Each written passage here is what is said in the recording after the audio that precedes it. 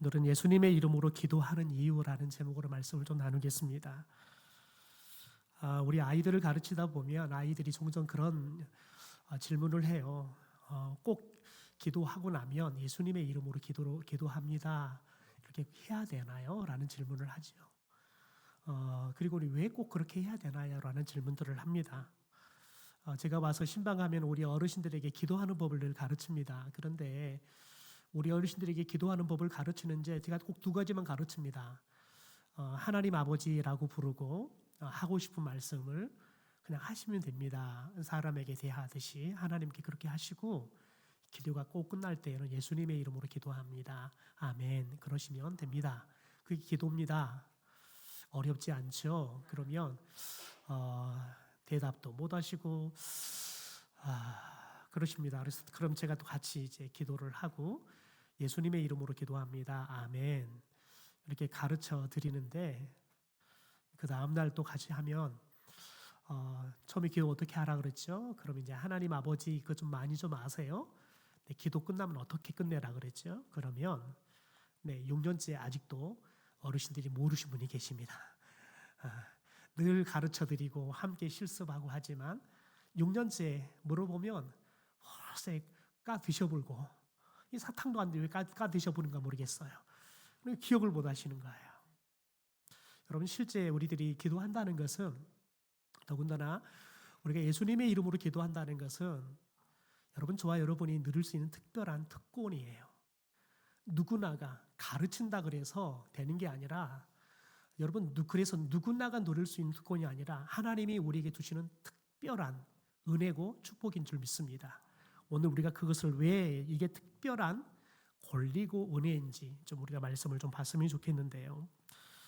오늘 13절 14절에 우리가 예수님의 이름으로 왜 기도해야 되는지라는 이유를 설명을 하지요. 우리 함께 읽어볼까요? 너희가 내 이름으로 무엇을 구하든지 내가 행하리니 이는 아버지로 하여금 아들로 말미암아 영광을 받으시게 하려 함이라. 내 이름으로 무엇이든지 내게 구하라 내가 행하리라. 예수님께서 우리에게 그렇게 명령하고 약속하십니다. 너희들이 기도할 때에는 내 이름으로 기도해라. 그러면 내가 너희들의 기도를 위해서 일하겠다, 행하겠다라고 이야기를 하죠. 그럼 14절에 다시 한번 이야기합니다. 내 이름으로 무엇을 구하든지 무엇이든지 내게 구하면 내가 행하겠다라고 약속하시죠. 여러분 예수님께서 오늘 이 말씀을 통해서 예수님의 이름으로 우리에게 기도해라 라고 이야기를 하셨고 우리가 기도하면 그분이 우리의 기도를 이루시기 위해서 일하시겠다, 행하시겠다라고 약속을 주시죠. 여러분 그래서 우리들이 예수님께서 그분의 이름으로 기도해라 라고 하셨기 때문에 우리가 기도하는 거고요. 우리가 예수님의 이름으로 기도를 마무리하면 여러분 예수님께서 우리에게 너희들이 무엇을 구하든지 내가 그대로 이루어질 수 있도록 행하겠다라고 약속하셨기 때문에 저와 여러분이 기도를 하고 나면 이미 이 기도가 응답이 되어서 내가 받은 줄 믿으라라고 이야기합니다. 심지어 이미 받은 줄 믿고 감사함으로 구하라라고 이야기합니다. 이건 뭐냐면 예수님께서는 우리가 예수님의 이름으로 기도하면 그분은 반드시 우리의 기도를 응답될 수 있도록 그분은 일하시겠다는 거예요. 아예 그냥 그것을 우리에게 못을 딱 박습니다. 여러분 그래서 오늘 우리가 예수님의 이름으로 기도합니다라고 기도하는 이유가 바로 거기에 있는 거죠. 어떤 이들은 그렇게 이야기합니다. 제가 고등학교 때 세례 교육을 받을 때 목사님께서 기도에 대한 이야기를 하시면서 목사님께서 성서신학원 교장 선생님을 한 30년 하셨던 분이셔서 이 가르치는 것을 굉장히 쉽게 잘 가르치셨어요. 그러면서 예수님의 이름으로 기도합니다라는 말을 어떻게 비유로 가르쳐 주셨냐면 너희들이 편지를 쓰는데 아무리 편지를 잘 쓰고 봉투에 잘 담아서 보내도 우체통에 넣어도 우표를 붙이지 않으면 천하의 중요한 편지이든 아니면 정말 편지가 글씨가 예쁘게 서서 담겨 있든지 그 편지는 갈 수가 없다. 근데 우표를 붙이면 반드시 간다라고 이야기를 하시면서 마치 편지에 우표를 붙이는 것 같이 예수님의 이름으로 기도한다는 것은 우리가 예수님의 이름으로 기도할 때 우리 기도가 마치 편지처럼 하나님께 가는 것이다. 그래서 예수님의 이름으로 기도한다라고 하는 것은 마치 우리 기도의 편지에다가 우표를 붙이는 거다라고 그렇게 설명을 했던 기억이 있습니다. 여러분 그렇습니다. 마치 예수님의 이름으로 기도합니다라고 우리가 마지막 기도를 마치는 것은 마치 우리 기도 편지에다가 우표를 붙이는 것과 같다는 거죠. 여러분 그런데 우리가 예수님의 이름으로 기도한다 이것은 단순하게 우표 이야기 이 정도의 이야기가 아닙니다. 더 중요한 게 있습니다. 예수님께서는 지금 예수님의 이름으로 기도해라 라고 이야기하는 대상이 누구냐면 아무나가 아닙니다. 무리가 아닙니다. 예수 그리스도의 제자들입니다. 여러분 예수님의 제자라는 것은 무엇을 이야기하냐면 우리는 이미 13장 34절 35절에서 예수님의 제자가 누구냐라는 것들을 예수님으로부터 잘 들었습니다. 예수님께서는 이렇게 이야기하죠. 새 계명을 너희에게 주노니 서로 사랑하라. 내가 너희를 사랑한 것 같이 너희도 서로 사랑하라. 그러면서 예수님의 제자가 누구냐? 35절에 이렇게 말하며 너희가 서로 사랑하면 이로써 모든 사람이 너희가 내 제자인 줄 알리라 라고 이야기해요. 예수님께서 우리에게 새로운 계명을 주셨다는 거예요. 내가 너희를 사랑한 것처럼 너희도 서로 사랑해라 라고 이야기했다는 거예요. 여러분 이 말씀은 제일 중요한 게 뭐냐면 예수님과 우리가 어떤 관계에 있냐는 거예요. 예수님께서 내 제자다라고 이야기하는 것은 예수님께서 먼저 오셔서 우리를 사랑해 주셨습니다. 또 그 제자들은 그 예수님의 사랑을 아는 거예요. 아, 예수님이 나를 이렇게 먼저 찾아오셔서 나를 이렇게 사랑해 주셨구나. 예수님이 나를 사랑해 준 것을 내가 아는 거죠. 그리고는 내가 그 예수님이 나를 사랑했던 것처럼 예수님의 그 사랑의 은혜에 너무 감격해서 우리도 예수님을 사랑하는 거예요.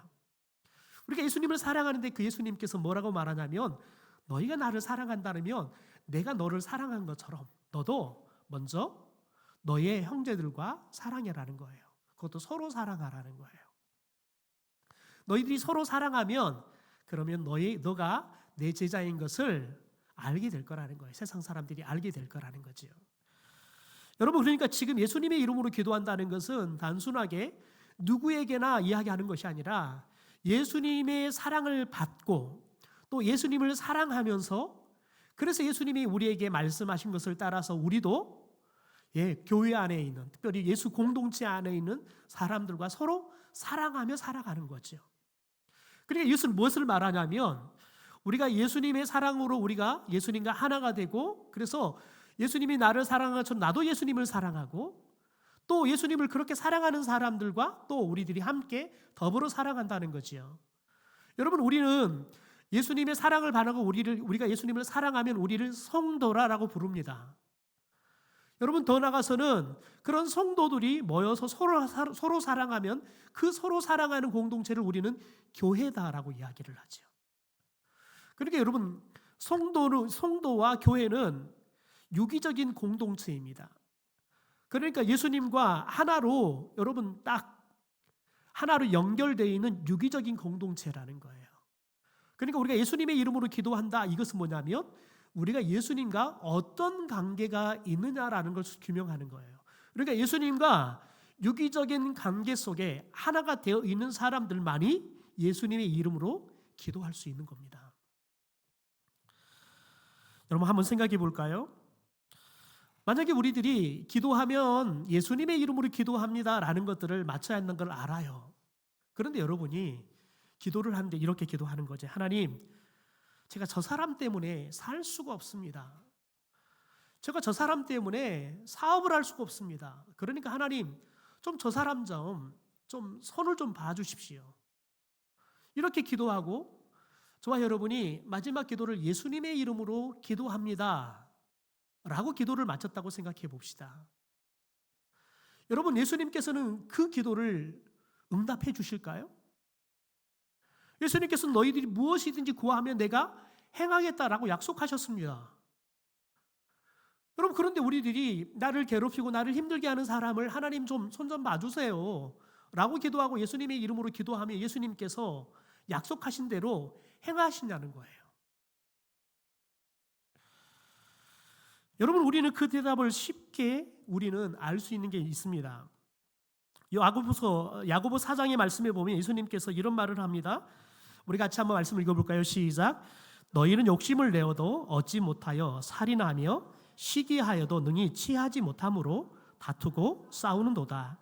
너희가 얻지 못함은 구하지 아니하기 때문이요 구하여도 받지 못함은 정욕으로 쓰려고 잘못 구하기 때문이라. 여러분, 야고보는 기도의 사도들 중에서 가장 기도를 많이 했던 사람입니다. 그래서 야고보는 낙타 무릎을 가진 사도다라는 별명을 갖고 있지요. 늘 무릎을 꿇고 기도해서 기도를 가장 많이 해서 이 무릎이 낙타 무릎처럼 그냥 딱딱하게 굳은 살이 박혀 있는 거지요.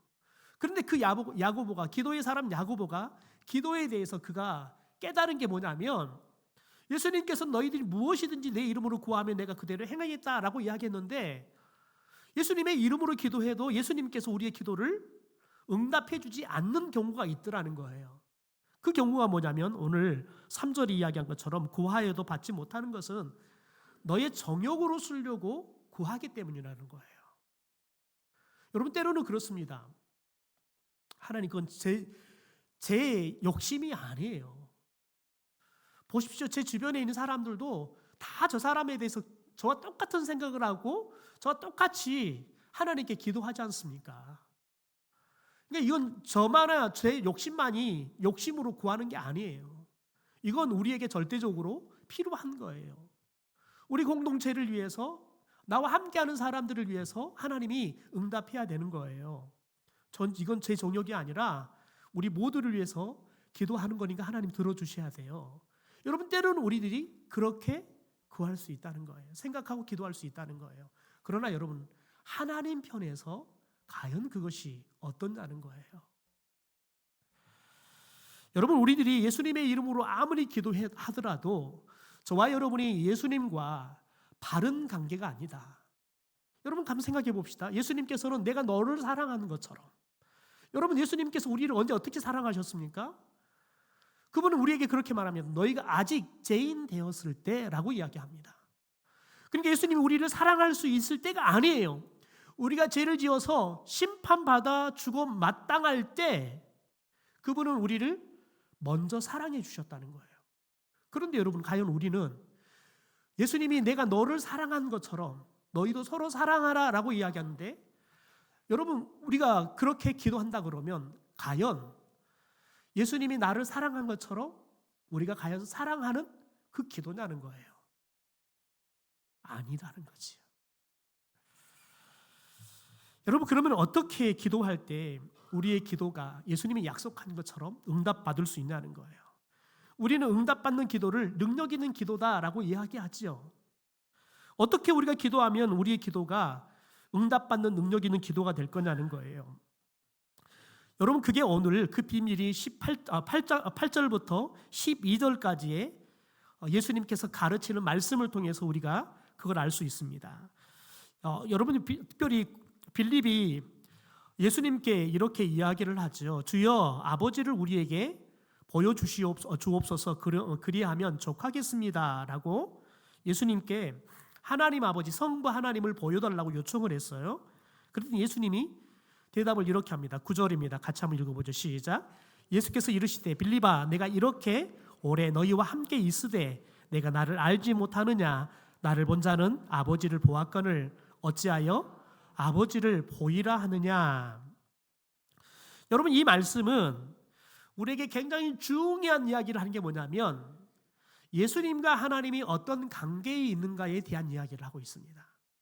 예수님께서는 그렇게 말하죠. 성부 하나님과 성자 예수님은 별개의 존재가 아니라 하나라는 거예요.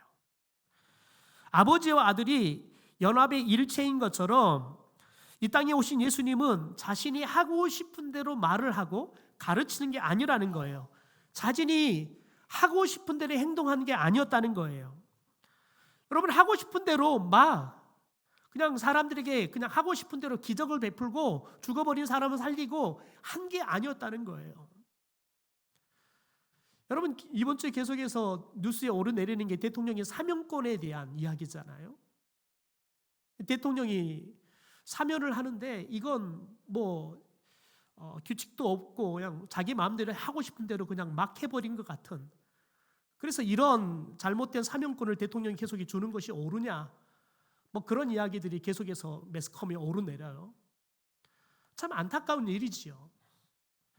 어떻게 보면 사면권이라는 것은 굉장히 아주 중요한 대통령만이 가질 수 있는 특별한 권리가 아니겠습니까?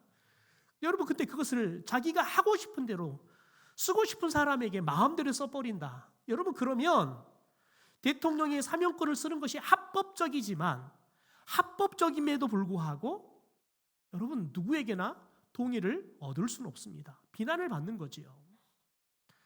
사면을 받은 사람에게는 좋은 소리를 들을 수 있겠지만 그러나 수많은 국민들에게는 그게 과연 우리가 대통령이 준 사면권의 진정한 의미냐라는 질문을 받을 수밖에 없는 거지요. 여러분 그렇듯 예수님께서는 본인이 하고 싶은 대로, 본인이 들어주고 싶은 대로, 본인이 기적을 일으켜주고 싶은 대로 기적을 일으켜주고 본인이 가르쳐주고 싶은 대로 가르쳐주고 싶은 사람에게만 가르쳐준 게 아니었다는 거예요. 예수님이 말씀한 것도, 예수님이 기적을 일으켜준 것도 여러분 그게 사람이든 물이든 모든 것들이 다 하나님의 뜻대로 했다는 거예요. 그러니까 이 말은 뭐냐면 예수님께서는 여러분 일거수일투족이 오직 다 자신의 임의가 아니라 오직 하나님과 같은 생각, 하나님과 같은 말, 하나님과 같은 마음, 그래서 하나님이 원하는 대로 했다는 거예요. 그게 오늘 10절의 말씀입니다. 같이 한번 읽죠. 시작. 내가 아버지 안에 거하고 아버지는 내 안에 계신 것을 내가 믿지 아니하느냐. 내가 너희에게 이르는 말은 스스로 하는 것이 아니라 아버지께서 내 안에 계셔서 그의 일을 하시는 것이라. 내가 지금 한 게 아니라 내 안에 계시는 아버지께서 하신 일이었다는 거예요. 여러분 예수님의 이 대답이 과연 우리가 응답받는 능력 있는 기도하는 것과 무슨 관계가 있냐는 거예요. 여러분 이것은 예수님께서 어떻게 이렇게 놀라운 능력들을 행하고 권세 있는 말씀을 전하고 그래서 수많은 사람들에게 어떻게 보면 외형적으로 오셨던 예수님의 모습은 사람들에게 무시당하고 비난을 당하고 예수님의 말씀에 권위를 느낄 수 없는 초라한 목수예요. 여러분 30대 초반의 나이지만 사람들이 봤을 때는 예수님의 나이는 얼굴의 모습은 외형상으로는 거의 50대에 가까울 정도로 건늙어버린 초라한 여러분 모습이에요. 여러분 그런데 그런 예수님에게 수많은 사람들은 이분이 전하는 말씀은 보통의 서기관들이나 바리새인이 전하는 말씀과 같지 않다는 거예요. 그분의 말씀에 권위를 느끼는 거예요. 여러분 그분에게 사람에게는 상상할 수 없고 기대할 수 없는 능력들이 나타나는 것들을 여러분 그런 능력 있고 권세 있는 삶을 살 수 있었던 비결이 뭐냐는 거예요. 바로 성부 하나님과 성자 예수님께서 연합했기 때문에 그렇다는 거예요. 하나였기 때문에 그렇다는 거예요. 예수님이 내 마음대로 하는 것이 아니라 하나님이 내 속에서 일하셨기 때문에 여러분 그런 권위와 능력들이 나타났다는 거예요. 여러분 오늘 우리가 특별히 그리스도인 저와 여러분이 누구와 함께 사느냐 이것은 우리가 어떤 삶을 살 것인가가 결정돼요. 여러분 민수기 말씀을 한번 봐볼까요? 민수기 11장의 말씀을 같이 좀 봤으면 좋겠는데요. 현대어 성경입니다. 우리 천천히 같이 한번 읽어볼까요? 같이 읽죠. 시작.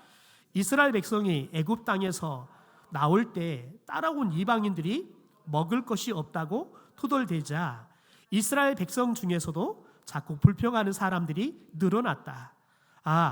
고기 좀 먹어봤으면 애굽에 있을 때에는 생선도 얼마든지 먹을 수 있었는데 어디 그뿐이었나?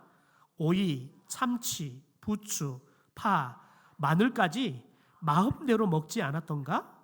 그런데 이제 고작 만나뿐이로구나. 만나는 생긴 것이 고수풀씨와 같았고 빛깔은 노르스름하고 투명하게 빛났다. 여러분 이스라엘 백성들이 애굽에서 출애굽을 해서 지금 광야 길을 가고 있어요. 그런데 여러분 이 이스라엘 백성이 절대 다수의 이스라엘 백성들 속에 누가 있어요? 애굽에서 함께 애굽의 삶에 만족하지 못하고 불만족스러운 이 이방 사람들이 함께 따라 나왔어요. 여러분, 그런데 이 이방 사람들이 이스라엘 절대 다수의 이스라엘 사람들 속에 극소수로 존재하는데, 여러분, 이 애굽 사람, 극소수의 애굽 사람들이 이스라엘 사람들과 함께하고 있으니까요, 이 이방 사람들이 하나님에 대한 불신이 있는 거예요. 여전히 여러분, 이 사람들은 가나안에 대한 비전이 있는 게 아니라 애굽의 삶에 만족하지 못해요. 그러니까 그냥 이스라엘 사람들을 따라 나섰어요. 이스라엘 사람들은 가나안을 향한 비전이 있었지만 이 사람들은 이 애굽에 불만족하니까요, 애굽을 떠나서 새로운 그들에게 만족할 수 있는 삶을 찾아 같이 왔던 거지요. 여러분, 그러니까 이 사람들이 투덜대기 시작했다는 거예요. 근데 여러분 보십시오. 먹을 것이 없다라고 투덜대요. 먹을 것이 없었습니까? 배 터지게 먹을 만큼 하나님께서 만나 주시잖아요. 근데 뭐라고 말해요? 먹을 것 없다 투덜댔다는 거예요. 냉정하게 생각해 보면 이게 사실이 아니잖아요. 그런데 먹을 것이 없다 투덜댔다는 거예요. 여러분, 그런데 이스라엘 백성들과 함께하고 있는 극소수의 이방인들이 먹을 것이 없다라고 불평하기 시작하니까요, 재밌는 거 뭐냐면 이스라엘 사람들에게 어떤 일이 있는가 보십시오. 이스라엘 백성 중에서도 자꾸 불평하는 사람들이 늘어났대요. 여러분, 한번 생각해 보세요. 매일마다 하나님께서 구름 기둥, 불 기둥, 매일마다 여러분 만나를 주시고 고기 먹고 싶다 그러면 매출하게 주세요. 하나님이 그들과 그냥 눈만 들어봐도 하나님이 우리와 함께하고 있고 하나님이 나를 보호하고 하나님 우리를 인도하고 있다는 것을 여러분 그냥 기적 같은 삶의 현장을 매일 살고 있어요. 그냥 하나님의 기적의 역사에 살고 있다고요. 여러분, 그런데 이들에게는 그 하나님이 가까운 게 아니라 누가 가까워요? 불평하는 이방인들이 더 가까운 거예요. 그러니까 하나님과 함께하지 않으니까요, 하나님의 기적 속에 살지만 하나님과 함께하지 않고 하나님의 소리가 그들 속에 들리는 게 아니라 하나님의 역사가 하나님의 손가락이 그들의 눈에 보이는 게 아니라 불평하는, 여러분 거짓말하는 이 이방 사람들, 그러면서 불평하는, 음식이 없다, 먹을 게 없다, 거짓말하는 이 이방 사람들과 함께하니까요, 이스라엘 사람들도 자꾸 불평하는 사람들이 어떻게 됐다고요? 늘었다고요. 여러분, 이게 무서운 거예요. 여러분, 하나님께서 우리가 지난주일 말씀을 나눴던 것처럼 하나님께서 이스라엘 백성들이 여러분 특별히 12정탐꾼들이 정탐하고 와서 보고하는데 10명의 여러분 정탐꾼들의 부정적인 보고를 묻고 이스라엘 백성들이 여러분 부정적인 말을 하잖아요. 그런데 하나님이 그들의 말을 들었다. 그리고 그들이 말한 대로 하나님께서 행해 주시잖아요. 여러분, 그런데 더 중요한 거 보십시오. 뭐라고 이 사람들이 불평하는지 보십시오. 고기 좀 먹어봤으면, 그러면서 보십시오. 애굽에 있을 때에는 생선을 얼마든지 먹을 수 있었다.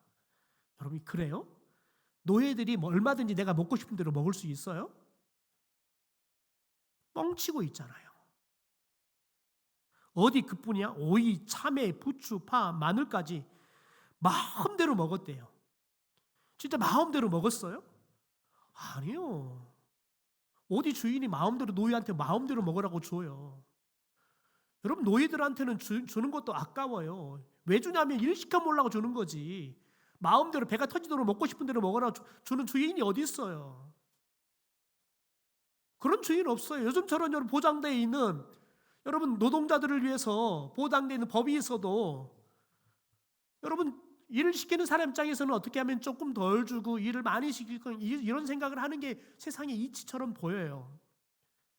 여러분, 그런데 그때 그냥 죽여도 그만인 노예에게 먹고 싶은 대로 줘요? 아니에요. 다 썩은 오이를 줬으면 좋지. 내가 먹을 수 없는 오이, 부추 줬으면 좋지. 마음대로 먹을 수 있는 것은 돌라 먹었을 때는 가능하겠죠. 여러분, 그런데 그들이 불평하는데 뭐라고 말해요? 네, 이게 내 마음대로 먹을 수 있었다는 거예요. 6절 봐보십시오. 이제는 고작 만나뿐이다 그래요. 고작 만나뿐이래요. 여러분, 애굽에 있을 때는 이른 새벽부터 별을 보면서 일을 해도 고작 그거 먹고 살았어요. 여러분, 그런데 이 광야에서는 일하지 않아도요, 하나님께 아침이 되시면 하나님께서 만나 듬뿍 나눠주셨어요. 일하지 않아도 하나님이 다 먹여줬다고요. 여러분, 그런데 뭐라고 말해요? 고작 만나뿐이다 라고 이야기한다고요. 그러면 그 다음에 7절이 뭐라고 말합니까? 만나가 생긴 것은 고수풀과 같이 같았고 빛깔은 노르스름하고, 보십시오, 노르스름하고 투명하게 빛났다. 여러분, 이게 말이 맞는 말이에요? 투명하대요. 근데 뭐라고 그래요? 노르스름하대요. 여러분, 노르스름한데 투명한 게 어디 있어요? 말도 안 되는 이야기를 하고 있는 거예요. 여러분, 이게 불평에 사로잡히기 시작하면 이렇게 말도 안 되는 소리들을 하게 돼 있다고요. 누구와 함께 하니까요? 예, 불평 불만하는, 불신하는 이방인들, 극소수의 이방인들. 여러분, 하나님이 그 위대하고 장엄한 손길이 여러분 200만이 넘는 사람들을 하나님께서 덮으시고 먹이시고 하는 그 거대한 하나님의 손이 함께 하는데, 정작 여러분, 이스라엘 백성들은 그 거대한 하나님의 손과 함께 하는 것이 아니라 극소수의 이방인들과 함께 하고 있어요. 여러분, 그러니까 그들이 이방인들처럼 불평하고 불만하고 하나님이 주신 은혜에 만족을 못하고요, 고작 만나뿐이다 라고 이야기하는 거예요. 그리고는 자꾸 노예 시절을 여러분, 그게 제일 행복했다는 시절인 것처럼 추억하고요 말하는 거죠. 여러분, 그런데 사랑의 사도 하면 요한을 우리는 사랑의 사도라고 이야기합니다.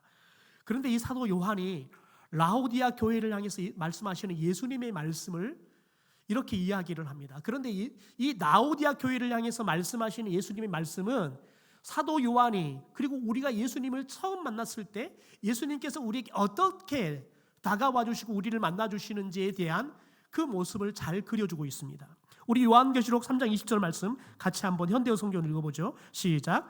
보라, 내가 문 앞에 서서 계속 문을 두드리고 있다.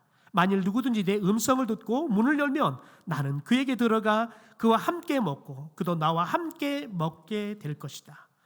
여러분 보십시오. 예수님이 뭐라고 말해요? 문 밖에 서서 계속 문을 두드린대. 언제까지요? 우리들이 예수님의 음성을 듣고 예수님께 문을 열 때까지요. 여러분, 우리가 예수님께 문을 먼저 연 게 아니에요. 예수님 먼저 우리가 찾아간 게 아니에요. 예수님께서는 이미 우리들이 그분의 음성을 들을 수 있었든지 못든지 관심이 있든지 없든지 상관없이 그분은 오셔서 우리의 마음 문을 우리가 들을 때까지 두드리고 계셨어요. 여러분, 그런데 문을 딱 여니까요, 예수님께 어떻게 해요? 바로 들어오세요. 여러분, 저희 어머니가 예전에 시장에 장사를 하셨는데, 장사를 하다가 저희 아버님께 맡겨놨는데 저희 아버님이 술이 고주망태리 돼가지고는 그냥 주무셔버렸어요. 그러니까 제가, 아버지가 주무시니까요, 어머니를 찾겠다고, 엄마를 찾겠다고 길을 나선 거예요. 와서 보니까요, 세상에 애가 어디 가버렸는데 남편은 애 어디 간지도 모르고 콩고 자고 있는 거예요. 저희 아버님은 술만 먹으면 잘 주무셔요. 제가 아버님하고 술 먹고 어디 가는 걸 제일 싫어했어요. 왜냐하면 가면 주무시니까.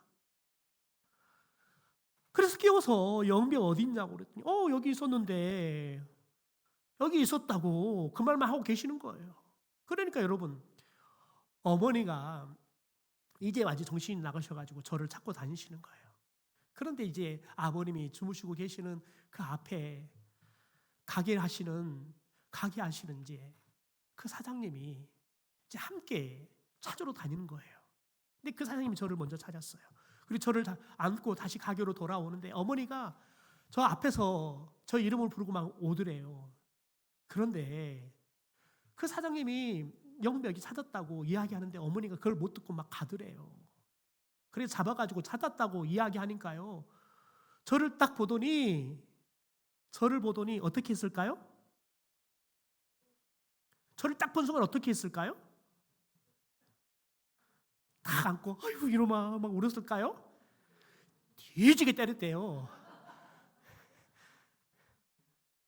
여러분 잊어먹었을 때는 정말 막 애절하게 찾았는데 막상 눈에 딱 보이니까요.